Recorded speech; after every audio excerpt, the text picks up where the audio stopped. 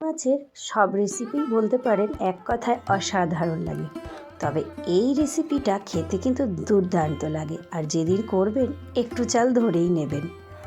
আমার বাড়ির সকলেরই খুব পছন্দের, তবে আমার তো ভীষণ পছন্দের। এই লম্বা লম্বা করে আলু, বেগুন আর চিংড়ি মাছগুলোকে ভালো করে ধুয়ে পরিষ্কার করে নিয়েছি। ওপর থেকে দুটো পেঁয়াজ কুচানো বড় সাইজের, একটা বড় সাইজের টমেটো কুচানো, মাঝারি চামচের 2 চামচ মতন আদার পেস্ট, আর ওই 1.5 চামচ মতন রসুনের পেস্ট।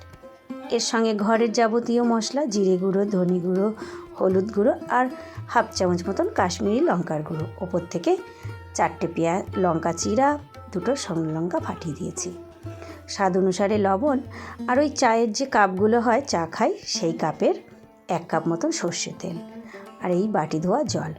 এই সমস্ত কিছু দিয়ে ভালো করে হাতের সাহায্যে মাখিয়ে নেব।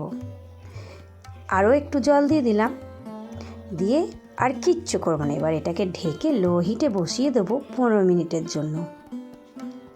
একদম মাখো মাখো করবো, আর গরম গরম ভাতের সঙ্গে দারুণ লাগবে। আর আমার এই ভিডিওটা যদি আপনাদের ভালো লাগে, অবশ্যই চ্যানেলটাকে সাবস্ক্রাইব করে দেওয়ার অনুরোধ রইল, আর ফেসবুক থেকে দেখলে পেজটিকে ফলো।